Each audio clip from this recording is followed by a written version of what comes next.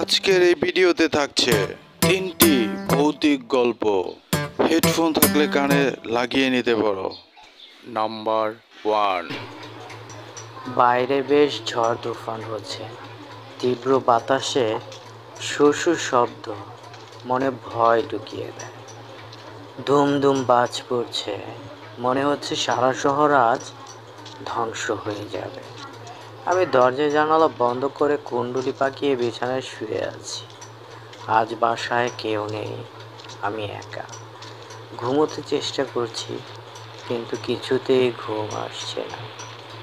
এমন সময় শুনতে পেলাম দরজায় কে যেন নক করে। এত রাতে কে এলো, তাও এই ঝড় তুফানের রাতে? আমি বিরক্ত হয়ে বললাম, কে কে? কোনো সাড়ার শব্দ পেলাম না, কিন্তু আবার দরজায় খটখট শব্দ। মেজাজ খুব খারাপ হলো। দরজা খুললাম। দরজা খুলে আমি প্রচণ্ড অবাক। রফিক এসেছে, আমার বাল্যবন্ধু। স্কুল কলেজে আমরা একসাথে পড়েছি। রফিককে দেখে আমি সীমাহীন ভয় পেলাম। আমার মাথা কাজ করছে না। সমস্যা হলো, রফিক আজ থেকে প্রায় 3 বছর আগে সড়ক দুর্ঘটনায় মারা গেছে। ভিউয়ার্স, প্রথম গল্পটি শেষ হয়ে গেল, এখন শুরু করব দ্বিতীয় গল্প। তার আগে এই গেমসটি আমি প্রথম খেলছি। তোমরা কে কে গেমসটি খেলেছো কমেন্টস করে জানিও। আমি তেমন একটা ড্রাইভ করতে পারি না, খুবই বাজে ড্রাইভ করি। গাড়িটি রেখে দিয়ে আমি এখন পায়ে হেঁটে যাব। দেখি আমার মিশন কোথায়। আশেপাশে তো কাউকে দেখা যাচ্ছে না। হাঁটা যাক। হাঁটতে হাঁটতে তো অনেক দূর চলে আসলাম, কাউকে তো দেখছি না। কি করব এখন? রাস্তা থেকে সরে একটু সাইডে চলে যাই। কাউকে যখন দেখছি না, কর্নারে যেহেতু অনেকগুলো মেশিন আছে আমার কাছে, আমি একটি গ্রেনেড মেশিন নিয়ে নিলাম। এখন উল্টাপাল্টা কিছু ফায়ার করব। ফায়ার করে কিছু মানুষজন গাড়ি গুড়ি পুড়িয়ে ফেলবো, মানুষ মেরে ফেলবো। তারপরে দেখা যাক কি হয়। ওই যে দূরে একটি গাড়ি দেখা যাচ্ছে, দেখি গাড়িটা গুলি করে উড়িয়ে দেয়া যায় কিনা। আর তো কাউকে দেখতে পাচ্ছি না, কাকে গুলি করব? হ্যাঁ, একটি মানুষকে দেখতে পাচ্ছি, মনে হচ্ছে সে মেয়ে মানুষ। একটা গুলি করে দিয়ে দেখি। না, সে তো মরছে না। সে কি আসলে মানুষ না ভূত বুঝতে পারছি না। ধীরে ধীরে আমার দিকে এগিয়ে আসছে। আমার উপরে কি অ্যাটাক হবে নাকি? না, মরে গেছে, মেরে ফেলেছি আমি। আরেকজন আমার দিকে আসছে ধীর গতিতে হেঁটে হেঁটে। আমি যে গাড়িটাতে এসেছিলাম সেই গাড়িটিও উড়িয়ে দিলাম। মেজাজ গরম হয়ে গেছে, আমি ড্রাইভ করতে পারি। এই গেমসে তোমরা যদি ড্রাইভ করতে পারো ভালো, কমেন্টস করে জানিয়ে দিও। আরেকটি মানুষ আমার দিকে এগিয়ে আসছে। এবার দেখা যাক সেটা কি ভূত না মানুষ। ওকে মারবো না, ওকে মারবো না, ওকে ছেড়ে দেবো। ও মাথা নিচু করে স্যালেন্ডার করে ফেলেছে। গাড়িটি উড়িয়ে দেই। সে কি মানুষ না ভূত? একটু গুলি করে দেখি। না, সে ভূত। সে আমার দিকে এগিয়ে আসছে। Hello ma'am. Hello ma'am. কিছু না বলেই সোজা চলে গেল।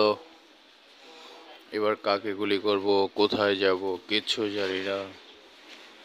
তো এই পর্যায়ে আমরা দ্বিতীয় গল্পে চলে যাই। Story number 2।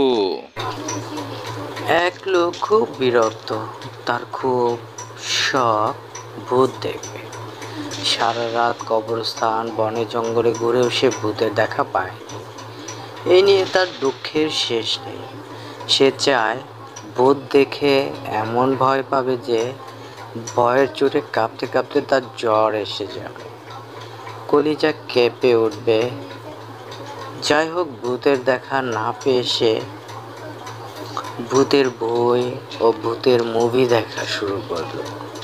ভূতের বই এবং মুভি দেখে তার মেজাজ আরও খারাপ হয়ে যায়। প্রচণ্ড ভূতের বই আর মুভি দেখে তার হাসি পায়। লোকটির বাসার সামনেই একটা কবরস্থান।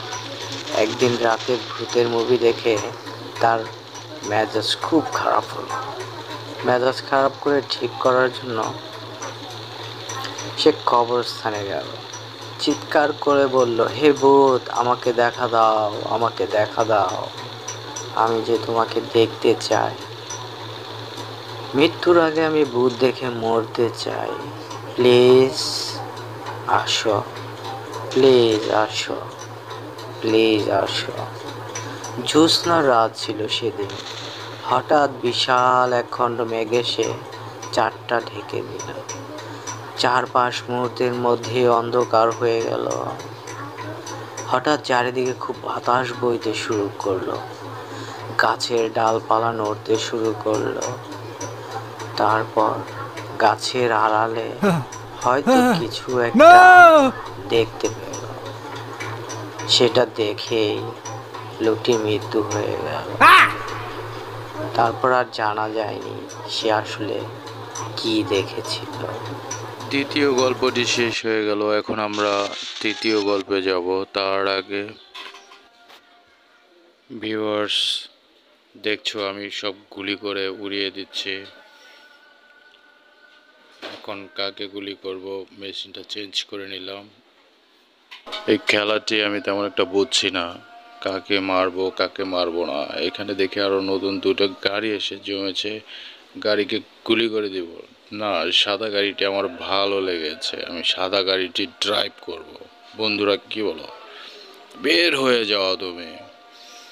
এখন আমি ড্রাইভ করব, যদিও আমি ভালো ড্রাইভ করতে পারি না। রেডি, স্টার্ট, গো। তোমরাও আমার সাথে থাকো, দেখতে থাকো। অল্পের জন্য গাড়িটিতে অ্যাক্সিডেন্ট করিনি। গাড়িটি চলছে, খুবই স্পিডে চালাচ্ছি। ও নো নো নো, সত্যি সত্যি গাড়ি হলে গাড়ির অবস্থা খারাপ হয়ে যেত, আর পুলিশ এসে আমাকে গ্রেপ্তার করে নিত। এত বাজে ড্রাইভ করি আমি। হয়তো আমাকে এই ড্রাইভ দেখে আমাকে লাইসেন্সই দিত না ড্রাইভিং এর। আমরা তাহলে চলে যাই স্টোরিতে। Story number 3। বাসায় কেউ নেই, বউ বাচ্চা সব বেড়াতে গেছে। আমি চাকরির খাতিরে যেতে পারিনি। বউ রান্না করে রেখে গেছে, আমি ফ্রিজ থেকে খাবার গরম করে খেয়ে নিই। রাত প্রায় 11টা বেজে গেছে।